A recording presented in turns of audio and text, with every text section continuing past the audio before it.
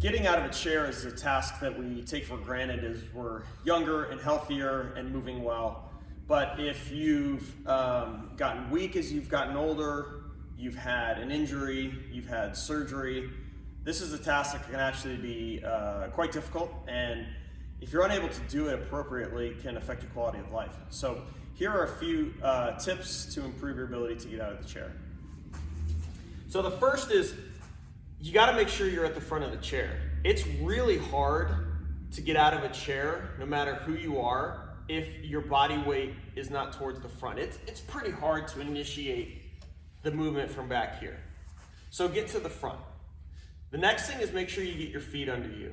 Now, if you have one leg that's, say, injured and the other and doesn't bend quite as well as the other, that's fine. You can offset your feet a little bit so that maybe this back leg does a little bit more of the work.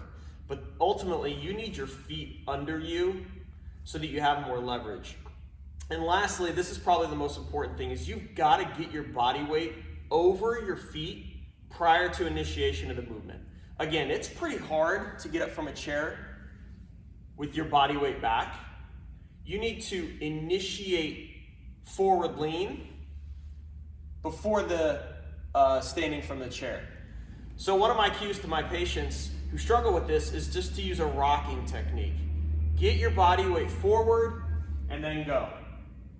You got to create some power, and power simply means you got to be able to move your body quicker. It's pretty hard to get out of a chair if you do it very slow unless you're quite strong. This is an activity that requires a quick movement and a forward lean of your posture. So again, think rocking. So go 1, 2, and finally 3, and go. And then as you sit down, just uncouple it, reach with your butt. So quick review. Get towards the front of the chair, get your feet under you, and use a rocking technique to get your body weight over your feet.